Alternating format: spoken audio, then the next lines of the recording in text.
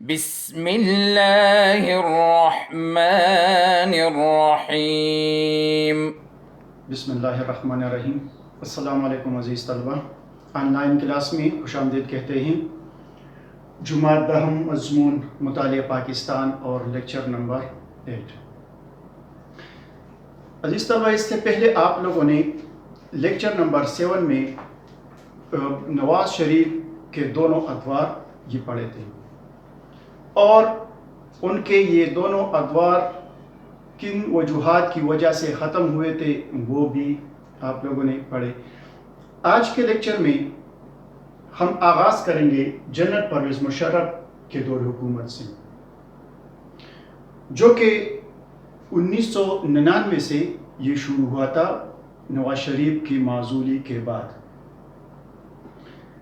General Pervez Musharraf کے اختلافات نواز شریف کے ساتھ کارگل کے مسئلے پر، اور دوسری وجہ ان کے جہاز کو لینڈنگ نہ کرنے پر یہ اختلافات پیدا ہوئے تھے۔ جب مشرف سری لنکا کے دورے سے واپس آ رہے تھے تو اس کی جہاز کو لینڈنگ کی اجازت نہیں دی جا رہی تھی، تبھی یہ اختلافات مزید بڑھ گئے، اور ان اختلافات کی وجہ سے جنرل پرویز مشرف نے نواز شریف کو ہٹا کر خود حکومت کی باغ دوڑ سنبھالی۔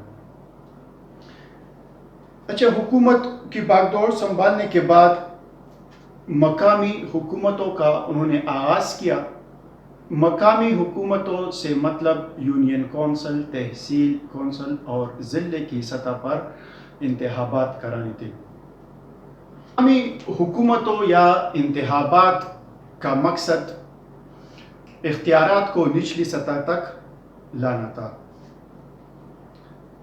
اس طریقہ کار کو 3 کیٹیگریز میں انہوں نے تقسیم کیا: ایک یونین کونسل، دوسرا تحصیل کونسل اور ضلع کونسل۔ یونین کونسل کی سطح پر جو انتخابات کیے گئے وہ براہ راست عوام اپنے نمائندہ کو ووٹ ڈالتا تھا، جبکہ تحصیل کے لیے اور ضلع کی سطح پر انتخابات میں یونین کونسلرز جو تھے وہ حصہ لیتے تھے، عوام اس میں حصہ نہیں لیتے تھے۔ کونسلر صاحبان اس میں حصہ لیتے تھے یا ووٹ ڈالتے تھے۔ اچھا، ایک تو یہ طریقہ کار سامنے آ گیا۔ پھر لوکل گورنمنٹ آرڈیننس 2005 سامنے آ گئی، یعنی لوکل سطح پر جو انتخابات ہو رہے تھے اس میں تھوڑی بہت ترمیم کی گئی صوبائی مشاورت کے ساتھ۔ ترمیم کیا تھی؟ ترمیم یہ تھی کہ پہلے کونسلروں کی تعداد وہ زیادہ تھی، 21 تھی۔ اس آرڈیننس کے تحت 2005 آرڈیننس کے تحت ان کونسلروں کی تعداد کو کم کر دیا گیا اور تقریباً 13 ارکان پر یہ تعداد مشتمل کر دی۔ پھر اس کے بعد ریفرینڈم کا مرحلہ آتا ہے، جسے اردو میں استصواب رائے کہتے ہیں۔ جب وزیر اعظم یا صدر کسی بھی مسئلے میں جب عوام سے رائے لینا چاہتا ہو تو اس ضمن میں ریفرینڈم کیے جاتے ہیں۔ یہ بھی انتخابات کا ایک طریقہ ہے اسی طریقے سے، لیکن اس میں انتخابی شکلیں، اشکال وغیرہ یہ نہیں ہوتے، بلکہ ہاں نہیں میں صرف جواب دیا جاتا ہے۔ ریفرینڈم میں جنرل پرویز مشرف نے تمام ملک کے عوام سے یہ رائے لی کہ آیا میں اگلے 5 سال کے لیے بطور صدر آپ کو قابل قبول ہوں یا نہیں۔ ریفرینڈم 2002 میں جنرل پرویز مشرف بھاری اکثریت سے اس میں کامیاب ہوئے۔ پھر انہوں نے ایک آرڈر جاری کیا جسے LFO یا لیگل فریم ورک آرڈر کے نام سے جانا جاتا ہے۔ اس آرڈر میں کیا تھا؟ اس آرڈر میں یہ واضح کیا گیا تھا کہ صدر اکثریتی پارٹی کو قومی اسمبلی میں دعوت دے گا حکومت بنانے کی، اور صوبائی سطح پر گورنر کو یہ حق حاصل تھا کہ وہ وزیر اعلیٰ کے لیے وہ انتخاب کرے اکثریتی پارٹی والے کو۔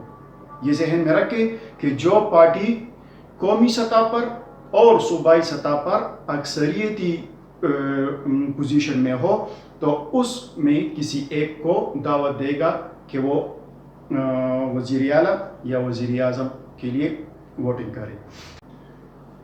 لیگل فریم ورک آرڈر کے بعد 2002 کے عام انتخابات کرائے گئے۔ ان انتخابات میں قومی اسمبلی کے لیے اور صوبائی اسمبلیوں کے لیے کتنی نشستیں مقرر کر دی گئی، یہ سارا ڈیٹیل ایک ٹیبل کی شکل میں پیج 31 پر موجود ہے۔ تو اس کے ایکسپلینیشن کی ضرورت نہیں، صرف وہ ٹیبل آپ کو دیا گیا ہے کہ اس میں اقلیتوں کے لیے کتنی نشستیں تھیں، جنرل نشستیں کتنی تھیں، قومی اسمبلی کی کل نشستیں کتنی ہیں، یہ سارا ڈیٹا آپ کو پیج پر دیا گیا ہے۔ اس سے آپ معلومات حاصل کر سکتے ہیں۔ اگر پھر بھی کوئی مسئلہ ہو تو آپ پھر ہمارے ساتھ اسے واٹس ایپ میں شیئر کر سکتے ہیں۔ اچھا، ان انتخابات کے نتائج میں تھوڑی سی وضاحت کروں کہ مسلم لیگ کا یعنی قائد اعظم کو یہ اقتدار میں آ گئی، لیڈنگ پوزیشن اس کی تھی، اور دوسری پوزیشن پیپلز پارٹی کی تھی جو کہ تقریباً 63 سیٹیں انہوں نے جیتی تھی، اور تیسرے نمبر پر MMA نے 45 سیٹیں یہ حاصل کی تھی۔ یہ 72 یہ مسلم لیگ کاف نے جیتی تھی۔ یہ سارا ڈیٹا پیج 31 اور 32 پر موجود ہے۔ اچھا، پھر مشرف کی اعتدال پسندی آتی ہے، اور یہ اعتدال پسندی کہاں سے شروع ہوئی؟ جب 11 ستمبر 2001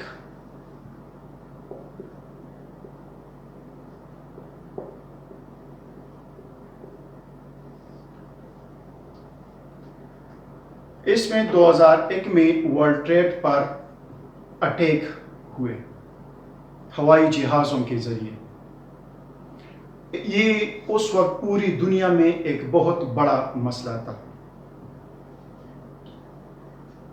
اس حملے کا الزام امریکہ نے طالبان گورنمنٹ پر عائد کر دیا، کیونکہ اس سائڈ سے بھی طالبان کا ایک گروہ القاعدہ نے یہ ذمہ داری قبول کی تھی۔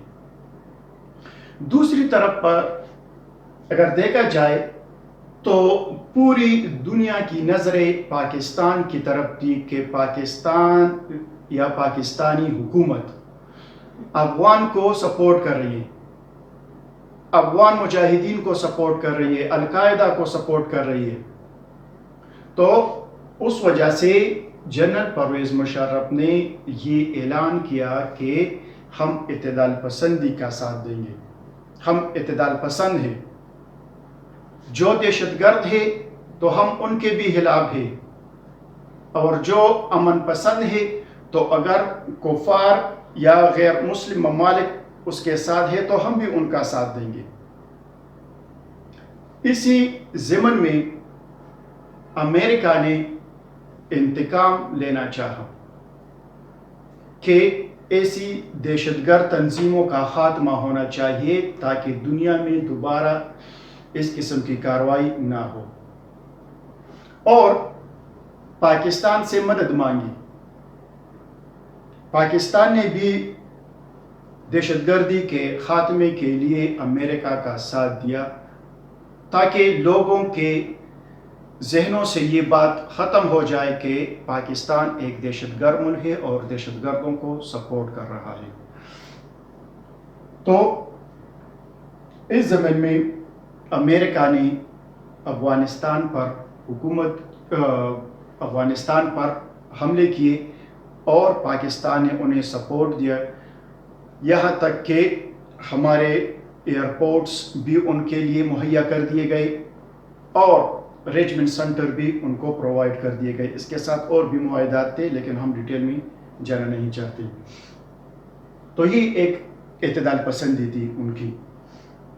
پھر اس کے بعد مشرف کے دور میں صنعت کاری کا دور آتا ہے،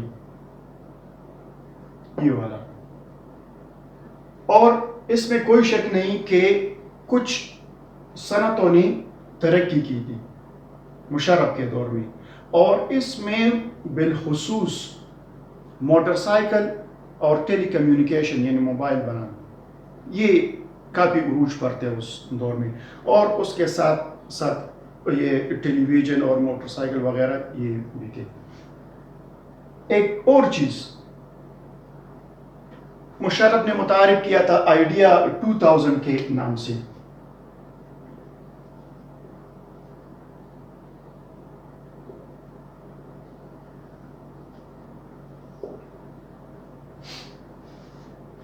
یہ ایک نمائشی پروگرام تھا.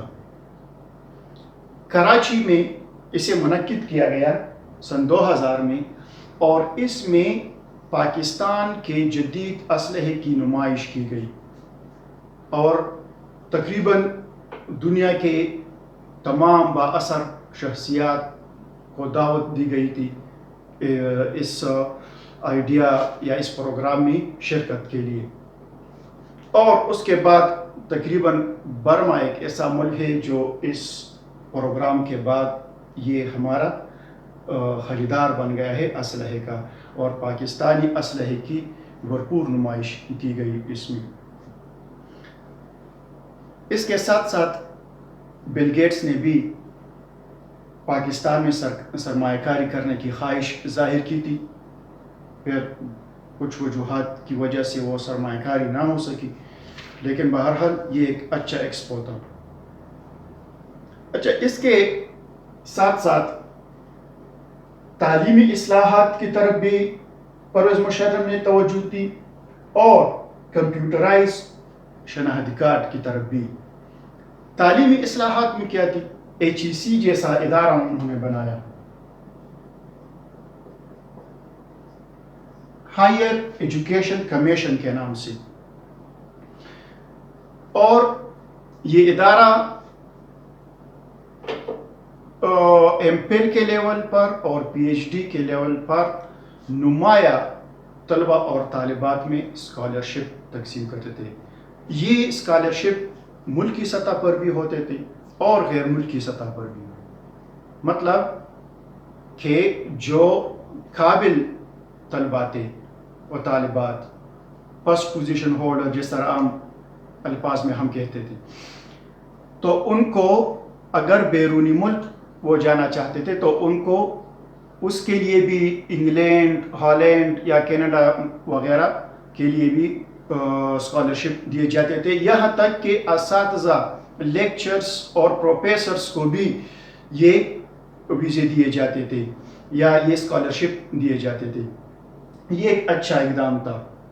ایجوکیشن میں ایک روشنی سی آ گئی، ایک روشنی کی جھلک سی آ گئی، اٹریکشن بنا دی گئی اس میں. اور کمپیوٹرائز شناختی کارڈ یعنی پورا ڈیٹا وہ کمپیوٹرائز ہوا کرتا تھا اس زمانے میں. اب بھی اس طرح سے ہی یہ سلسلہ اب بھی جاری ہے. قومی شناختی کارڈ جب ہمارے بنتے ہیں تو کمپیوٹرائز بنتے ہیں. اس کا اجرا یہ مشرف کے دور سے ہوا تھا. اور بھی اس میں کافی باتیں ہیں، لیکن مشرف کا دور حکومت یہ 2008 میں یہ ختم ہوا تھا جب انہوں نے الیکشن کرائے، اور الیکشن میں پیپلز پارٹی برسر اقتدار آ گئی. پھر آصف علی زرداری نے بطور صدر حلف اٹھایا اور جنرل پرویز مشرف اپنے عہدے سے مستعفی ہو گئے. اور اسی دور میں بے نظیر بھٹو کی شہادت بھی ہوئی تھی 2007 میں. امید ہے آپ کو یہ لیکچر سمجھ آ گئی ہوگی. اگر کسی قسم کا بھی مسئلہ ہو آپ کو تو یہ آپ ہمارے ساتھ شیئر کر سکتے ہیں. والسلام. اللهم انفعنا بما علمتنا وعلمنا ما ينفعنا وزدنا علما.